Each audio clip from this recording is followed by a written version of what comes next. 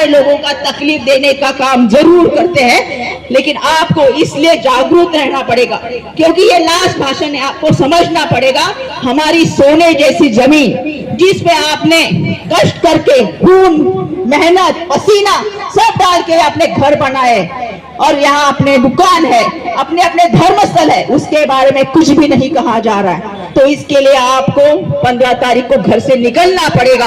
और कौन से नंबर का बटन दबाना पड़ेगा? 2 नंबर का बटन। और वहां कौन सा चिन्ह रहेगा? हाथ का पंजा। आप सब लोग मुझे तो पहचानते, ताई को पहचान, ऐसे ही अपने आपा को भी पहचानते हैं। आयशा आपा ऐसी एक महिला है जो काम करती है, लोगों का दुख समझती है, सेवा करने की भावना रखती है। नाम से नहीं लेकिन काम से तो जरूर वकील है, और उसके लिए लोगों का काम करना, उनका दर्द मिटाना उनको बहुत अच्छी तरह से पता है। इसलिए जो महिला काम करती है उसके पीछे खड़ा रहना जरूरी है। ताई ने यहाँ 7 वार्ड है, वो 7 वार्ड में से 6 वार्ड में अपनी शेरनियां खड़ी की है, और ऐसी ऐसी शेरनियां हैं जो इस अदानी को यहाँ से खदेड़ देगी, इस बीएमसी को बराबर बता देगी, और अपनी आवाज, आपकी आवाज बीएमसी में जाके बुलंद करेगी। इसलिए आप लोगों को 15 तारीख को वोटिंग करना पड़ेगा, बाहर निकलना पड़ेगा, और मुझे पूरा विश्वास है कि आप करेंगे, क्योंकि मैं यहाँ आके खड़ी हूँ, आपकी बदौलत खड़ी हूँ, आपके प्यार से खड़ी हूँ, आपके आशीर्वाद से खड़ी हूँ। मुझे 70,000 मत, 70,000 से भी ज्यादा मत आप लोगों ने दिया, और उस वजह से मैं आमदार बनी हूँ, और मैं आमदार बन के वहाँ विधानसभा में आपकी बात रख रही हूँ, और वर्षा ताई सांसद बन के संसद में आपकी आवाज बता रही है। वैसे ही अपनी भाभी महानगर पालिका में जाके आवाज देगी, आपकी आवाज बनेगी। रणरागिनी है, वो रण अच्छे तरह से लड़ेगी, ये हमको पता है।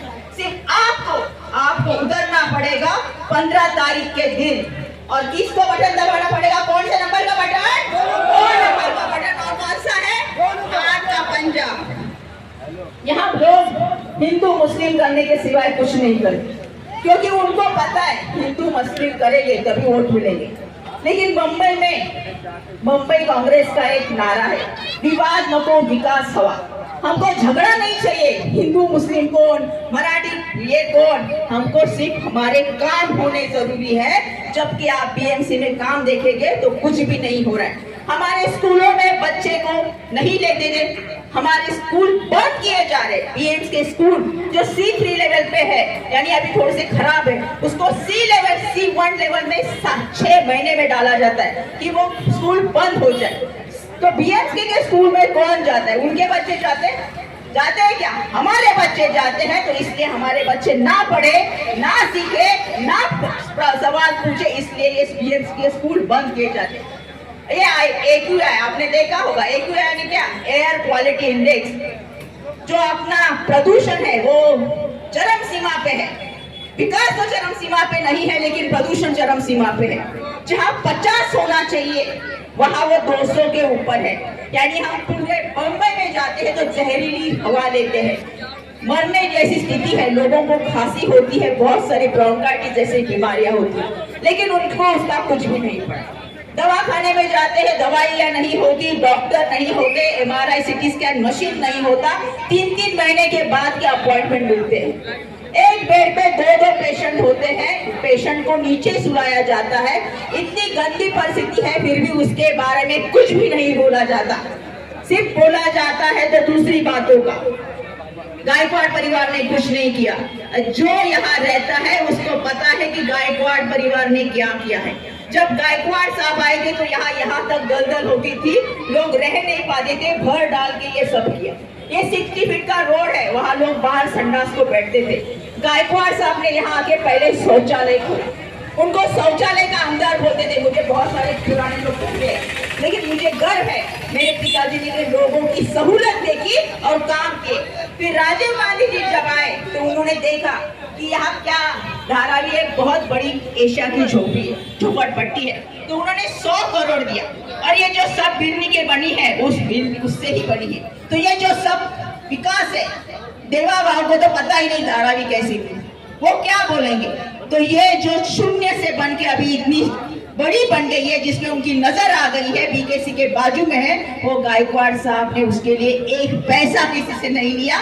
तो मैं इतना कहना चाहूंगी, गायकवाड़ साहब ने कितना विकास किया है आपको पता है, लेकिन गायकवाड़ साहब ने धारा भी किसी को बेची नहीं है। ये मैं गर्व से कहना चाहूंगी, अभिमान से कहना चाहूंगी। उस खानदान की बेटी हूँ। कभी हमने भी, वर्षा ताई ने भी 1 रुपए किसी से लिया होगा तो आप बोलिए। तो ऐसे ही हमारे आपा भी यहाँ काम करने के लिए आई है, ना कि किसी से पैसे लूटने के लिए आई। कोई लोग नल के लिए पैसे लूटता है, जब घर बनाए तो पैसे लूटता है, दुकान बनाए तो पैसे लूटता है। उनमें से हम नहीं है, हम कांग्रेस ही है। यहाँ से इंग्रज सरकार को भी बाहर निकाला था, तो हमको देश सेवा कैसी करनी है ये बात अच्छे से पता है। कोई बाहर का आके जो इंग्रजों का गुलाम था वो नहीं हमको पता है कि राष्ट्र सेवा क्या होती है। हम अच्छे से जानते हैं और अच्छे से करेंगे भी, ये मेरा वादा है। इतना ही मैं कहूंगी कि हमने हमेशा जैसे एक नारा दिया है, गायकवाड़ साहब हमेशा एक नारा देते हैं, वो नारा देंगे और वैसे ही हम करेंगे, क्योंकि उनके पास अभी बहुत धन शक्ति है, बहुत लोगों को बड़ा खड़ा करेंगे। लेकिन हमारे पास आप लोग हो, आपकी शक्ति है, जनशक्ति है, और यही मुझे तारेगी। मुझे पता है अपने धारावी के लिए आपको उतरना पड़ेगा, अपने घर के लिए उतरना पड़ेगा। और एक बार फिर से हम नारा देंगे, हम सब एक है, हम सब एक है, हम सब एक है। जय हिंद, जय महाराष्ट्र, जय भीम, खुदा हाफिज। अभी ज्योतिताई गायकवाड़ का स्वागत हमारे समीर भाई करेंगे। हमारी आमदार ज्योतिताई गायकवाड़ का स्वागत समीर भाई करेंगे। ज्योतिताई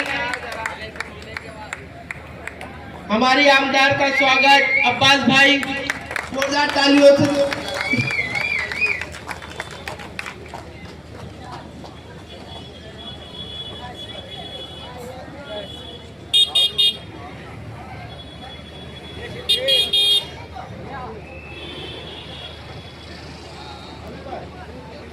और हमारे समीर भाई आयशा भाभी का स्वागत, अब्बास भाई आयशा भाभी का स्वागत करेंगे जोरदार तालियों से।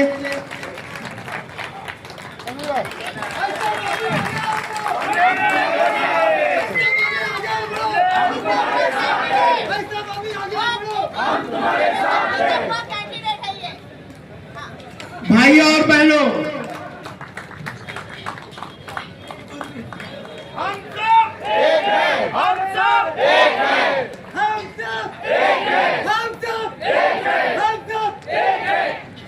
जैसा ताई ने कहा भाजपा, तो भाजपा का फुल फॉर्म ही है, बीजेपी का फुल फॉर्म है, इंग्लिश में आता फुल फॉर्म, ये शॉर्ट कट है बीजेपी।